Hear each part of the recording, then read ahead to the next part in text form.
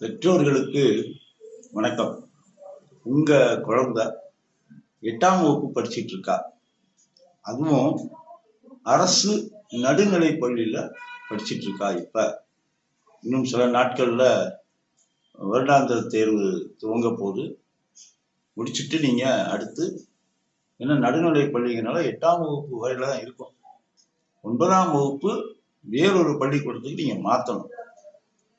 சமீப காலத்துல சில பெற்றோர்கள் என்கிட்ட பேசும்போது என்ன அவங்க மனசுல இருக்கு அப்படின்னு சொன்னா, குழந்தை அரசு பள்ளியில படிச்சுட்டு இருக்கு, தொடர்ந்து இப்படியே படிச்சா 12ஆம் வகுப்புக்கு பிறகு இன்ஜினியரிங், மெடிசின், டாக்டர் ஆகிறதுக்கு இது போன்ற படிப்புகளுக்கு அரசு தரக்கூடிய 7.5 விழுக்காடு இடஒதுக்கீடு பலனளிக்கும் அப்படிங்கிற கருத்தை நம்மகிட்ட தெரிவிக்கிறாங்க.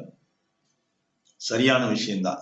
ஆனா அதே நேரத்துல 8ஆம் வகுப்பு வரையிலும் இங்கு படித்து விட்டு 9 முதல் 12ஆம் வகுப்பு வரை அரசு உதவி பெறும் பள்ளிக்கூடத்துல சேர்க்கிறதுங்கிற முடிவுக்கு போறாங்க. ஆனா அவங்களுக்கு சில தவறான வழிகாட்டுதலும் இருக்கு. அரசு உதவி பெறும் பள்ளிக்கூடத்தில் படித்தாலும் இந்த 7.5 விழுக்காடு இடஒதுக்கீடு இருப்பதாக அவங்களுக்கு சொல்றாங்க. இந்த ஒரு விஷயத்துல கொஞ்சம் பெற்றோர்கள் தெளிவா இருக்கணும். என்ன அப்படின்னா, இந்த 7.5 விழுக்காடு இடஒதுக்கீடு என்பது அரசு பள்ளியில் படிக்கக்கூடிய மாணவர்களுக்கு மட்டும்தான். அது அரசு உதவி பெறும் பள்ளிக்கூடத்தில் படித்தால் அந்த இடஒதுக்கீடு கிடையாது. இது ஆஸ் ஆன் டேட். இதுதான் இன்றைக்குள்ள நிலைமை. அதனால ஒரு விஷயம் தெளிவா இருக்கணும். 8ஆம் வகுப்பு வரைக்கும் படிச்சிருக்கிற குழந்தைய நீங்க இன்னும் கொஞ்சம் பெட்டரா இருக்கட்டுமே நினைச்சு சில பேர் இந்த அரசு உதவி பெறும் பள்ளிக்கூடங்கள் கொண்டு சேர்க்கிறாங்க. ஆனா இந்த இடஒதுக்கீடு கிடையாது. இதையும் புரிஞ்சுக்கிட்டு நீங்க உங்க குழந்தையுடைய அடுத்த கட்டத்தை நோக்கி நீங்க நகர்ந்தா நன்றாக இருக்கும்.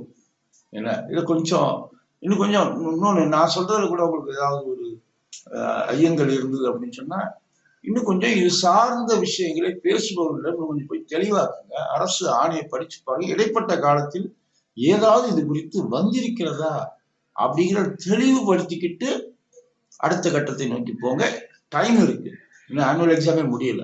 அதனால டைம் இருக்கு. உங்க குழந்தைக்காக சில நாட்கள் செலவு பண்ணி இந்த விஷயத்துல கவனம் செலுத்திக்கங்கிறது என்னுடைய தாழ்மையான வேண்டுகோள். நன்றி.